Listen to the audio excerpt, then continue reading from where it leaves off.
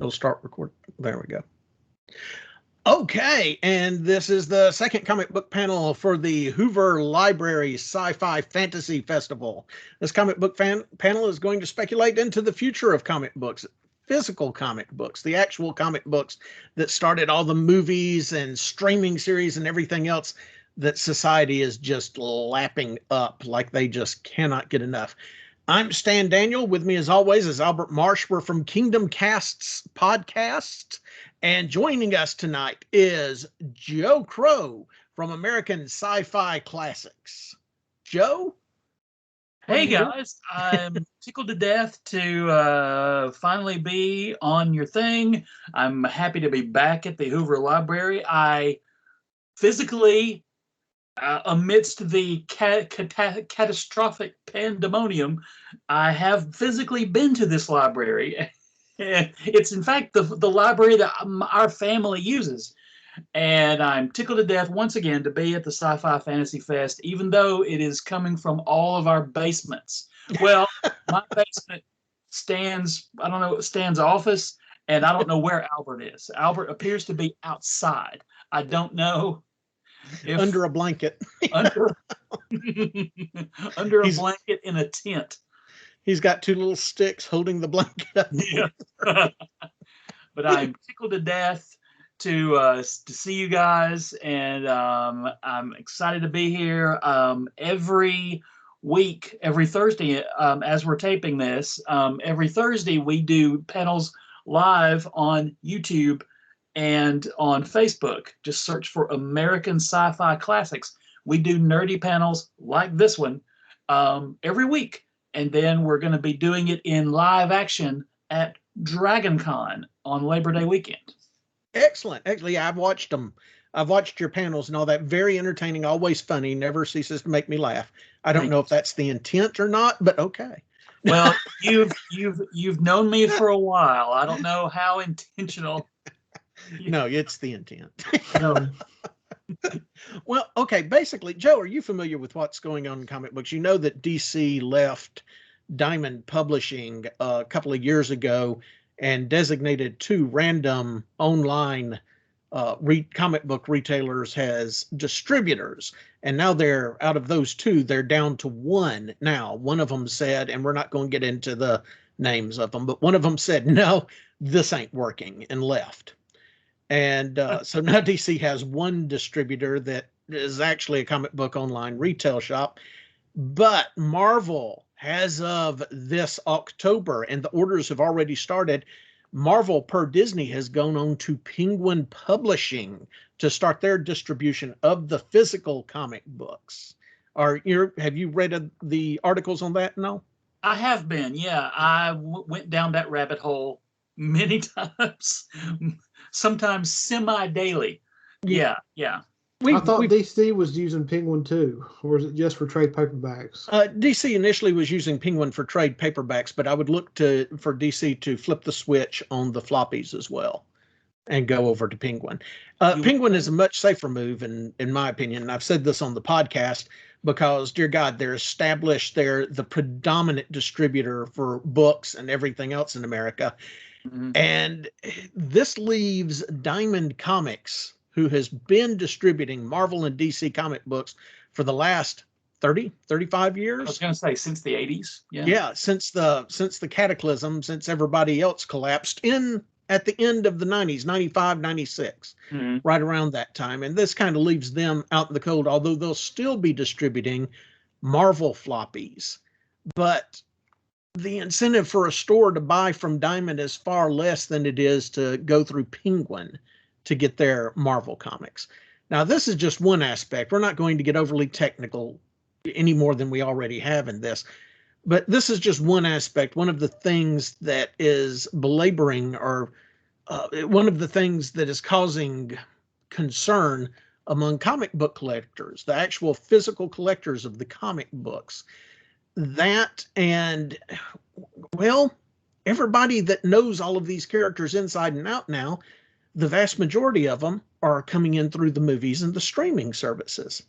So let's start with Albert. Albert, do you think, and I know you typically give a 5-year answer, but what do you seriously think the odds are of a strict comic book shop continuing forward? Well, I mean, those things can still exist on the collector side, but Marvel and DC are going to have to stop using them as their main point of sale. Yeah. Yeah. Like they're going to have to move way past that for the floppies. They're going to have to leave them pretty much hanging. Well, where are they going to go for their main point of sale? That's the question, because the massive bookstores, the big, and again, we're not mentioning any names, but the big time bookstores have tried this before with the floppies, and it just doesn't work. They get mutilated on the stands. Well, you have to stop pandering to the collector's market. Oh, you don't think the collector's market is the sole saving grace? No, kids are. But I don't know a kid that's reading comics. I mean, they sit there and got jumped by the kids market. They've lost it, and they never. There was no reason for them to ever lose it. The young adult novels got ahead of them, and manga got ahead of them, and they just sat there and didn't do anything about it. Joe, chime in. No, my experience with that is what Albert was saying. They, like what you said, other media, other delivery systems for comic book things have overtaken the regular old comic book things, and the collectors already have all their copies of X-Men #1 with what was his name? Jim Lee. They've already got all those copies. That's not happening anymore. They've already got all their copies of Superman 75 and Spawn #1.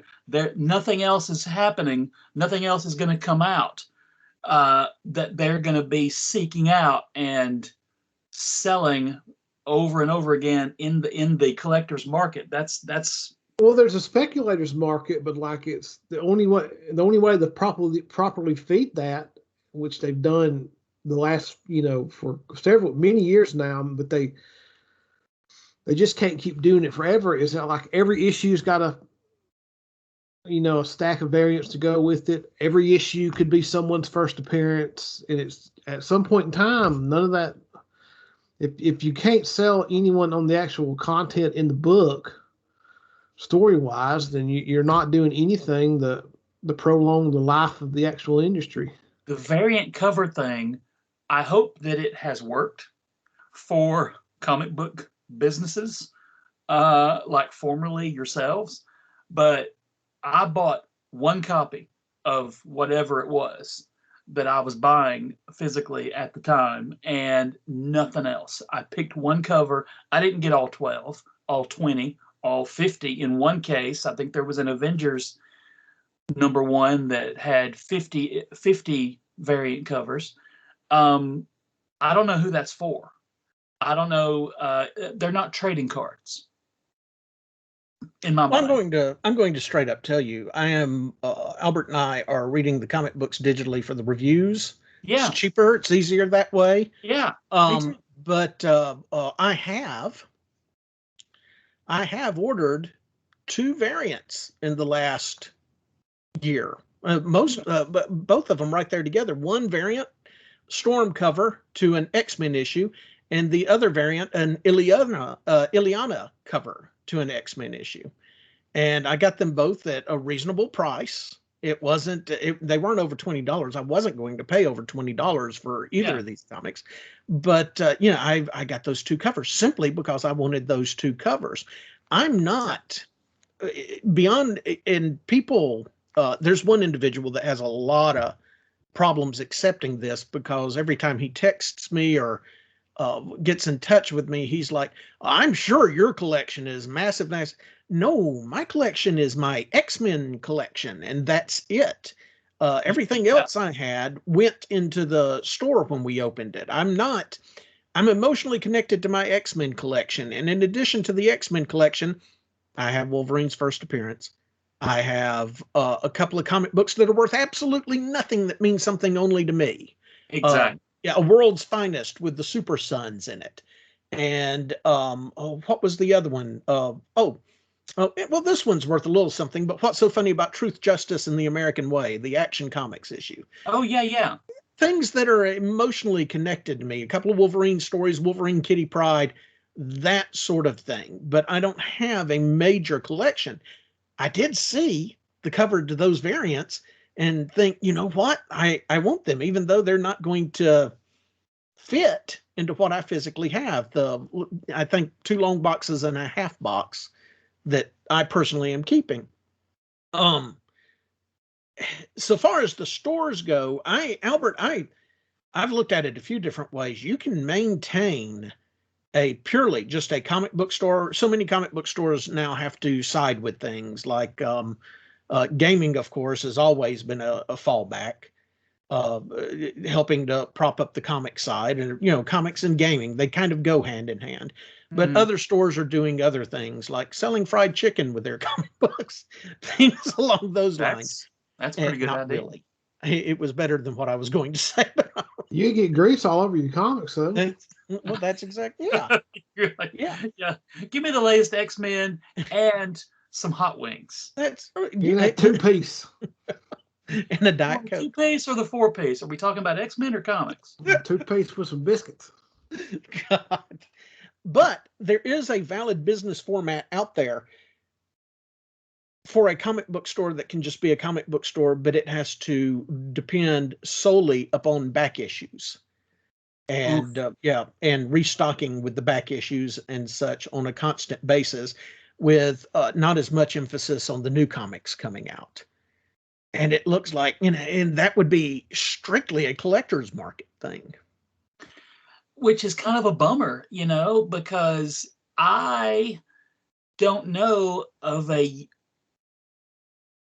age group right now who would go to a back issue place and look for things and know what they're looking at. Well, the back issues are now priced out of anyone's. Thank you. Exactly. Anyone's ability to get the books outside of people that just are high rollers for the most part. Why would you pay $4 for something, for number 3 of something, when you can't find 1, 2, and 4? It's frustrating. Oh God, yeah. Yeah, we used to, in the comic book shop in Kingdom, we used to, if we had the complete run of, let's take the Kitty Pryde Wolverine miniseries. We'd have all 6 issues of it. We'd package it together to sell it as a unit. That made the most sense. If we had additional copies of number 2 or whatever, they'd end up in the back issue stands.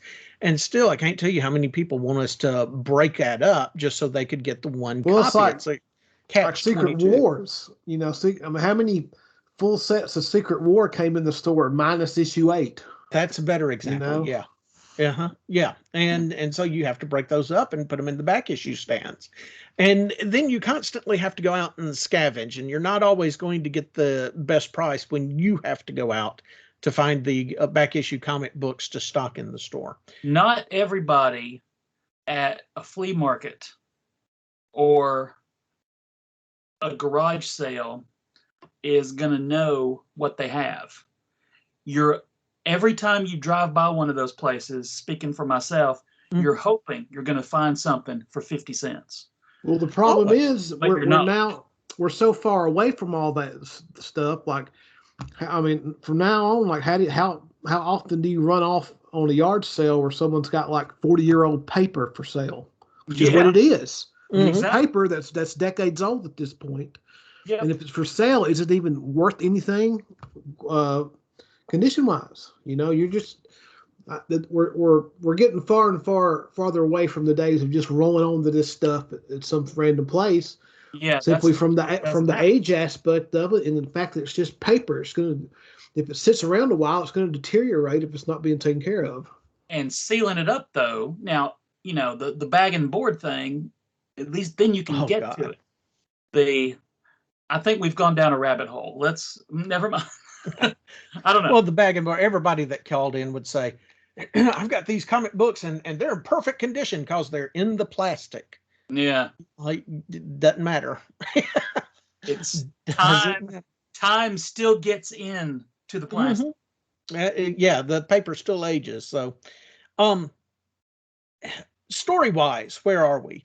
The comic books are still generating the stories for the movies and the streaming services and the TV series. Look at Invincible.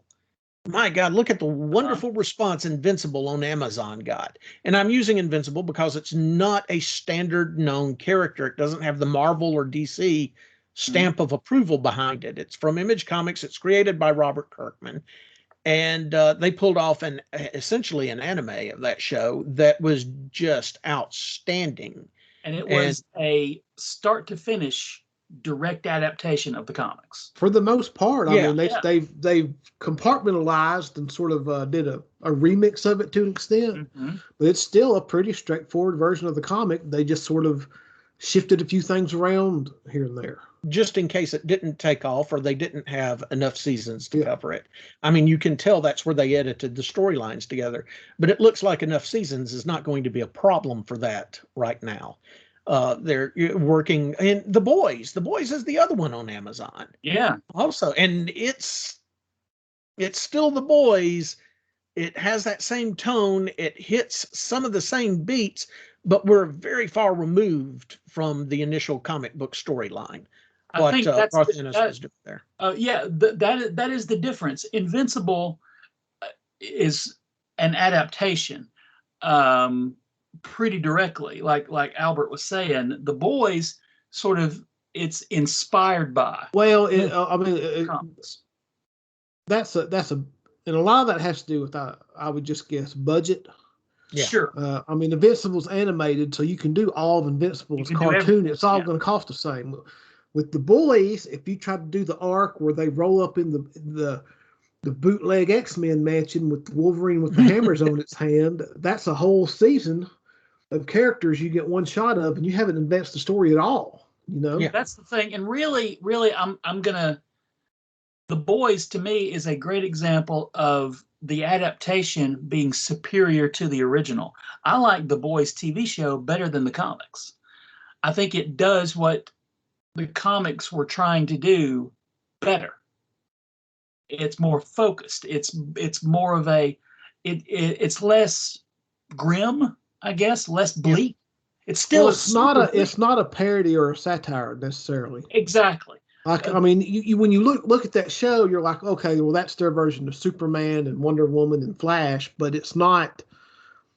It's really just here's their superpowered guy, here's their superpowered woman, here's their speedster, rather than being like here's a steroid junkie version of Flash or whatever, you know. Yeah. The Boys comic was kind of a just tearing down the archetypes of comics, while the Boys TV show is, I wouldn't say building them up at all. It's just it's a better version, in my opinion. Yeah, but I agree. Story-wise, going back to what you were saying, I love that with all the streaming services and all the things that are available now, there's tons of stuff being adapted that's just out there now. I mean, who thought there would be an Umbrella Academy television series? Oh Lord, yeah, and they're far from the farm on it, but while they're far from the farm on the storyline in the comic books, they're ripping off Claremont and Burns' X-Men.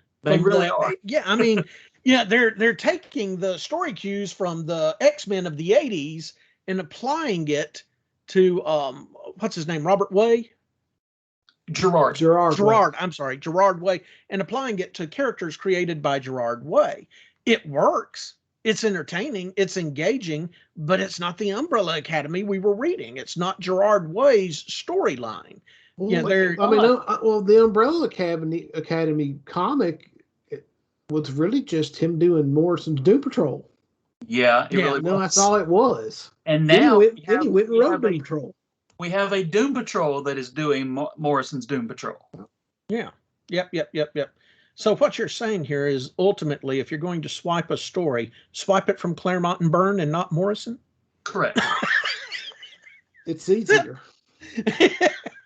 because Claremont and Byrne, you could see in those original X-Men, the Claremont Byrne X-Men, a lot of it was based on what movie they had gone to see that week.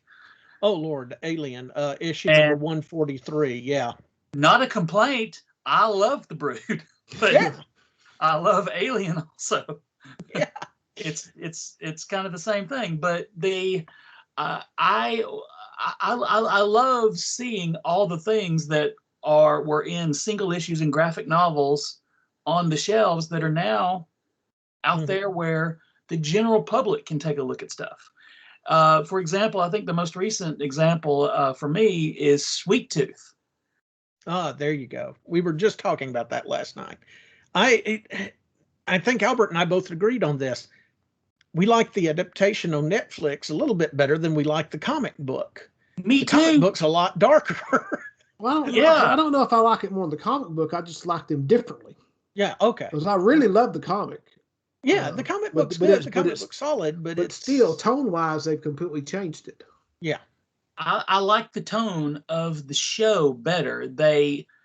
It's more of a fantasy adventure and less of a these characters are all doomed. Kind of situation. There's hope in the apocalypse, whereas in the comic book, you don't necessarily know there's hope in the apocalypse. Yeah, exactly. But Sweet Tooth is just a cinematic. I mean, it's a gorgeous looking show. It's a pretty show. Like, I really wouldn't expect it to be like whenever they first showed the first trailer, I was like, well, everything's going to be, if they do it like the comic, everything's going to be gray. Yeah. But it's not. It's just, very vibrant thing. And the kid looks joyful. The kid's cute, sympathetic little boy. And in the comic book, he appears, his eyes are manic, and the way he's portrayed, the way he's drawn. But you emotionally relate to the Netflix Sweet Tooth quicker and easier than you do to the comic book. Not that the emotional connection's not with the comic book, but it's easier in the Netflix series. I think ultimately that in some form or other, it's in Disney/Warner Brothers and every other giant major entertainment producing corporation out there. It's in their best interest to keep the comic books going no matter what. Yes. Even if the comic books lose money, it's a farm. They go out to the farm and gather the idea eggs, and they come back and they process them. And some eggs don't even require the processing. Some eggs you just slap right out there and go with. Like, for example, an example that pops into mind when you that's an excellent point. An example that pops into mind when you say that is the Flash TV show. Just this season, they're using concepts and storylines from the comics that were just happened in the comics like a year ago. Yeah. Maybe 2 years ago. I mean, very recent. Of course, when the show started, they were using stuff from 50 years ago and 40 years ago. But now they're up to date and they're doing stuff that the current writer just did. Mm-hmm. And I dig it. It's an idea form. There's stuff out there to get, and they just got to go get it. It's a lot cheaper than their typical research and development, and there is generally easier promise of an audience to be found. I mean, let's go back to the days of Ghostbusters, the original Ghostbusters movie. Mm-hmm. And Ghostbusters, it was developed by Dan Aykroyd and Ivan Reitman, but the test audiences, they weren't there on the whole thing. And they'd have to go back, edit it down, reshoot, and just go through this gigantic process. Whereas today, you could turn and you could grab something like Mistress, or I'm trying to think of the other one, Crossover from Image Comics, or Department of Truth from Image Comics. And here's a ready-made idea with an audience already, paying money to see this on a regular basis. Whereas if you could just fine tune it a little more, You don't have to worry about going back for reshoot after reshoot, test audience after test audience. You've got your ready-made story here. You've got your platform to launch off of. You're not spending as much money on research and development. Some of these movies are go ahead. Some of these, but all these big franchise movies, they skip all that. They just do it all by committee. They just have a big think tank that puts it all together. Then who's ever at the top okays it, and then they go from there. They lose a lot more money on movies that don't make it than the ones that do make it. For every Jurassic Park, you've got about 20 space babies. Remember that, Joe? Or was it Space Babies where they were rollerblading kids? Not Solar Babies. Solar babies. Yeah, Solar Babies. There we go. Yes, right there on the tip of my tongue. If you had 30 minutes before Joe mentioned Solar Babies, then Solar Babies win tonight's bingo. I just remember Solar Babies stands out to me as an example of a movie fail because Starlog magazine, when I was a kid, was talking about it, and it said, and this is the third time that Solar Babies' release date has been moved back. Even if you're not in the movie business, and this is a quote from Starlog, even if you're not in the movie business, you know this isn't good. And that has I never even saw the movie. I remember the poster, but we watched it in school. Why would you watch that in school? Because our art teacher didn't want us to do any work. Didn't want to teach us, so we had to watch Solar Babies. Alabama public education system, friends. That's right, ladies and gentlemen. Welcome to it. She was crazy. But could have been worse. Could have been Mac and Me. Oh God. Yep. Now, yeah, that was bad too. But for every one Jurassic Park, you got 10 Solar Babies. The good news is for every one Jurassic Park, you can run 2 or 3 sequels off that success and still make money back, even if the sequels don't make the same money. Well, them sequels were no good. Hey, my part, I enjoyed them, especially where they were running around passing the Tyrannosaurus Rex baby like it was a football. But the thing is, with a thing like, for example, Jurassic Park, you get the initial sequel money, and then you come back 20 years later for the nostalgia money, and that's that. And I'll give it to you. That's I take it. Take every cent, Jurassic Park. Yeah, here's Star-Lord. Here's a differently designed dinosaur, and here's your favorite T-Rex. Hey Joe, did you watch that new He-Man show that ain't got He-Man in it? Yes. Yeah. He's in there somewhere, you know. It's a trap, Joe. It is a trap, but let's talk about Taylor for a minute. Jeez. This is not comic book material. So there was He-Man comics. They came with the toys. I had them. God. Back to that. It was 7 years ago. Yeah. It was an easy proposition for Spielberg to go to Michael Crichton and say, "What are you working on?" And Michael Crichton, what are you working on next? And Crichton, who has already proved his worth before Steven Spielberg ever thought of filming the movie about the shark, Crichton comes back and says, "Dinosaurs." Well, that's no brainer for Steven. Yeah, okay, Crichton, write me a book about dinosaurs, and the screenplay's already bought. That's essentially the situation you got going with these comic books now. When they need to march a character out on a situation, whether it's a known character or an unknown character, if he's got a background, she has a background in comic books, you just look at the fan base and decide, is there enough appeal there to get us over the hump of the initial cost of realizing this property into film and streaming services?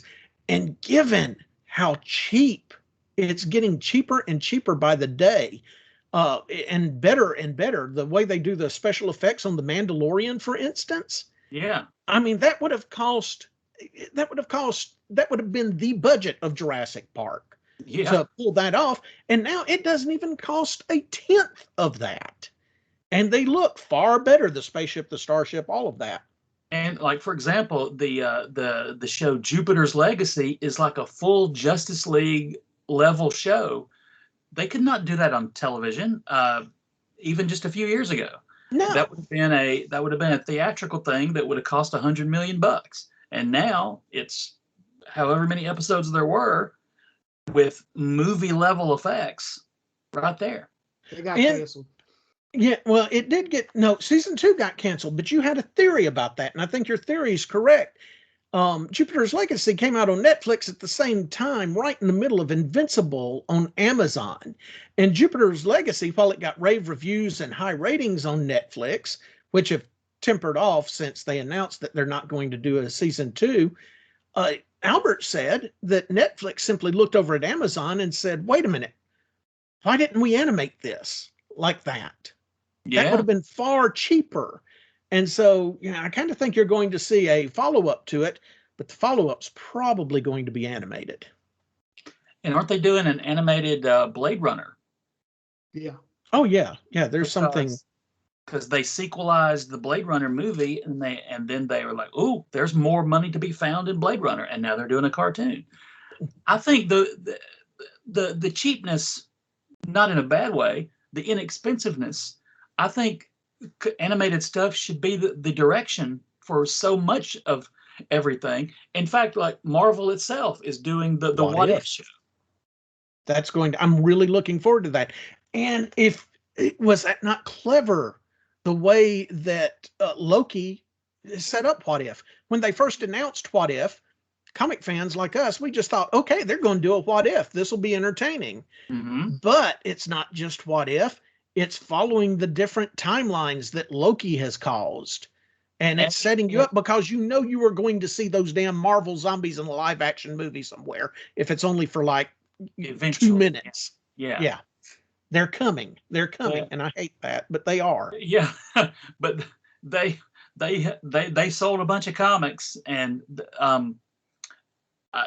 I didn't buy any of them, but that's okay. There are zombie fans that did, and congratulations. But you know what I can't wait to see? When they bring the X-Men in there and they kill Fish Boy on screen. Oh God. Which Fish Boy are we talking about? Literal Fish Boy. There was a literal Fish Boy. Yeah, Juggernaut had a little sidekick buddy it was Fish Boy. And they just kill him. And they kill him. And when they kill him, Fish Boy dies hating Juggernaut because he thinks he's a traitor. And that was it. They still ain't even brought him back in the new X-Men comics. Yeah, what was the name of the writer on that? That was Chuck Austin. Yeah, Chuck Austin. And then Chuck Austin immediately had the Juggernaut. Yeah, She-Hulk scene. Has the Marvel editorial staff was walking him toward the door. The infamous Chuck Austin. My memory of Chuck Austin is he wrote the Avengers briefly, and he killed off a female Captain Britain for 6 issues. She died for 6 issues. Like, she was holding Captain America's shield, if I'm not mistaken, memory-wise, and the bad guys were blasting away. He thought, well, she's going to heroically come back and accept the power of Captain Britain and defeat the villains. No, they murdered her. She died at the end of that thing. And that was Shield came through it okay, though. Sure, yeah. Just a quick coat of Shield wax, and we're ready to go. Exactly. It was redonkulous.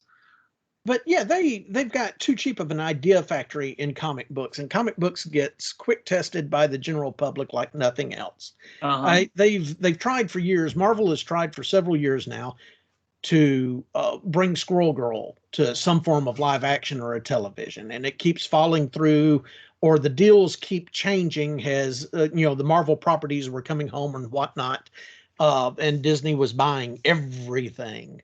Yeah, maybe had FF and X-Men not happened, had that deal not happened, probably we would have seen Squirrel Girl by now. Well, the AT&T spokeswoman, she had actually done a pilot for the Champions with Squirrel Girl, Girl. Yeah, there's somewhere out there's a pilot floating around with his Squirrel Girl in it that's not seen the light of day and not likely to, because the deals changed. I think it was, they were doing that for ABC Family or whatever it was. Oh, yeah. At the time, and all that got very convoluted. But they can look at that and they know that Squirrel Girl has that tongue-in-cheek popularity. and can appeal to kids, can appeal to adults. You know, she can walk that fine line of almost but not quite Deadpool. Yeah, that sort of clean comedy Deadpool type character, and she looks utterly ridiculous in the costume with her tail and everything. So they kept trying to process her to bring her in somewhere, and now they've backed away from that as the other ideas have taken more prevalence. Did you ever think you'd see a live action serious She-Hulk in the Marvel Cinematic Universe? No. Well, we haven't yet. We haven't yet, but it's coming. happening. Yeah, they've got the logo and everything, Albert. They're super serious about this. I got to see it first. That's the thing. Until you can hit play and She-Hulk comes onto the screen, that's when I'll believe it. But because they've been promising us a She-Hulk since Starlog magazine. I believe Brigitte Nielsen did one photo where they painted her green and they said, "This is She-Hulk," and nothing else happened until today, until 2021 when we got a logo. So. But things like that. They've got tons of She-Hulk stories that they can base the character on, the show on, and all of that's thanks to comic books. They don't have to go back and pay residuals or royalties unless they want to the creators like Byrne that help define if they use that version of She-Hulk. Yeah. And the other creators out there. This is stuff that has been signed off of. It's like G.I. Joe and Larry Hama. You know, Larry Hama wrote the character sheets for all the Joes, the little file cards on the back of them. Yeah. And the way we asked Larry Hama about this years ago at one of the local conventions that he visited, and he said he knew the deal going into it. He was happy with the pay. He was happy with his initial deal, and that's why he doesn't constantly go after them for residuals. By the same token, Hasbro keeps Larry Hama working. He's made quite the career. Yeah. G.I. Joe. Yeah. And so you've got all these properties, you've got all these stories ready to grab from, ready to go. You know, Stan I hate to say it, Fantastic Four is coming up. Fantastic Four, for the first 110 issues, strictly Stan and Jack. Strictly Stan Lee and Jack Kirby. They're gone. And their estates are there, but the deals are already in place with their estates. That's already been taken care of. They're just going to pull from those stories. The Stan and Jack, the 110 issues of Fantastic Four stories. They have to. They've already been pulling from them, but primarily for the Fantastic Four, the setup and everything that when they come out into the Marvel Cinematic Universe. I mean, it's cool for longtime collectors to know this stuff, but at the same time, it's these things are like there are people who love Iron Man who've never read a single issue of his comic. But I think the future of it is kind of combining the two, and I think it may be making the comics more like the movies, and that way if you go into a bookstore after seeing a Marvel movie, you're not going to be flummoxed by what you're seeing, but at the same time, if I love Iron Man and I've never read a comic, I'm gonna buy whatever I see of Iron Man and dig it because it's Iron Man. It's more Iron Man content, and that's what you're after. Whereas, in talking about Iron Man, whereas the primary stories were based off of Stan Lee and Steve Ditko's initial Iron Man origin story, and it played close to the vest on that, the characterization, the setup of Stark Industries, Stain Industries, Stain and Hammer, while not directly pulling from the stories, all of those were strictly, anybody that read Iron Man in the 80s could tell that those were David Michelinie's concepts that they were using. I mean, it was very clear that that's where it is. I think ultimately it's in the corporation's best business to always make sure that there are comic books, floppy comic books on the shelf in some format. That's too cheap of an idea factory to give up. The question is how long are the collectors or whatever percentage of the populace going to continue to be interested in those floppy comics? Here's the issue. Here's the big issue with comics right now. Let's take X-Men right now. Not that X-Men, the one that's right now. I think the Love Island X-Men. I think the Hickman run of X-Men, this era, is the best X-Men's been in a long, long time. Mm-hmm. Probably since Morrison left, in reality, depending on your views on Morrison's new X-Men. But how would you even recommend that book to someone that's never read X-Men?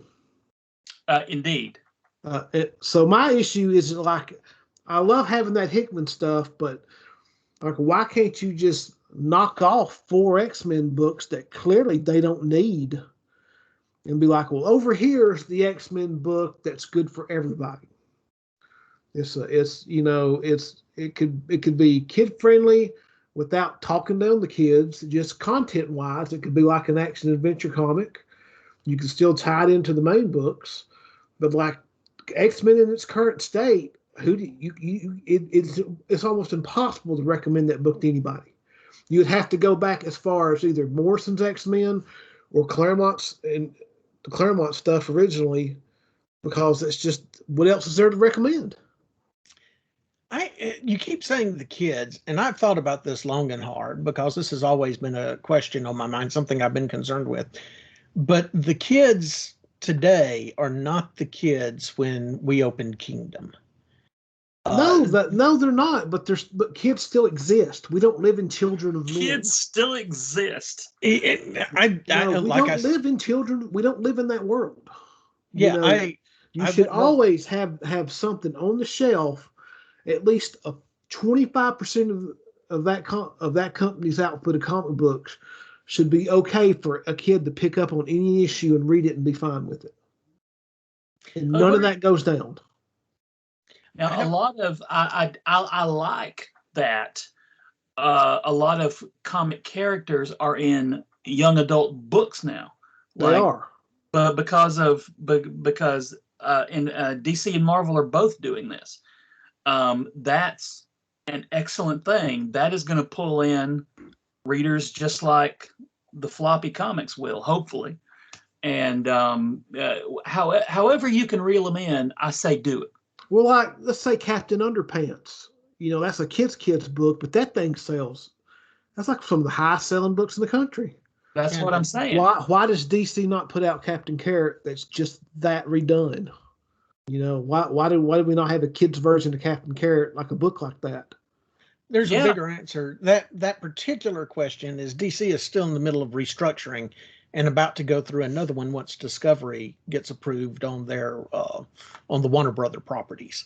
So the quick answer to that is it's too convoluted, and there's constant movement at the top of DC. David Goyer even came out and said that last week in an article. He said that's why we're having trouble recognizing DC as the movie property that Marvel is. Yeah. As we keep tripping over ourselves, and the heads at the comic book and the heads of the production studios keep changing on a regular basis. Well, hopefully things are slowly getting better over there. I mean, they really have been. But that's the quick answer as to why there's not a Captain Carrot equivalent of, I wanted to say the dog book, but it's Captain Underpants also. Yeah. Marvel puts out the little digests and such constantly. They still are putting those out. Yeah, I like those, but I don't think those to me don't go far enough. But it's good that those exist, though. Yeah, the whole Marvel Adventure line from IDW and all. You're right. There is 25% of the Marvel characters carrying on these kid-specific books. They're just not coming from the Marvel imprint. They've been annexed over to IDW via Disney. So the Marvel Studios itself, the Marvel Comics, can focus on the storylines that could potentially turn into movies, streaming properties and everything else down the line. I think the future is. I think the future looks really, for both Marvel and DC and for comic books, I think it looks, to sum up everything, I think it looks brighter today than it did even a year ago. Of course, there's going to be bad stuff that goes out into the pipeline, but that's always been the case. I think that I look forward, like today, I look forward to stuff coming from Marvel and DC and from other comic books companies than I have in a while, just because it's easy to get. You can download the stuff, like you guys said earlier about reading it online for reviews. You can do that. You can order the graphic novels if you wait a few months, and the vast archive of older stuff, TV and movie wise, is streaming. Disney Plus has almost every Marvel thing that, except what they don't own, is streaming right there. You can watch it anytime, and that is going to do more for parents introducing their kids to Marvel comics, just like with HBO Max having old DC stuff like Super Friends. Same deal. And I think that is how the next generation finds comics. That and the young adult books that are in the scholastic book fairs.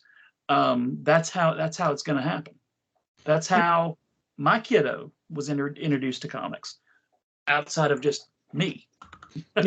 Yeah, I just don't think it's going to be, unless you've got somebody with enough capital to keep the back issue plan running on a physical store.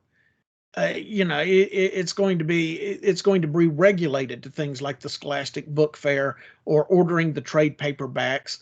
And online has still not taken off in any way that they want it to. It's just easier for to go to your iPad and download it that way.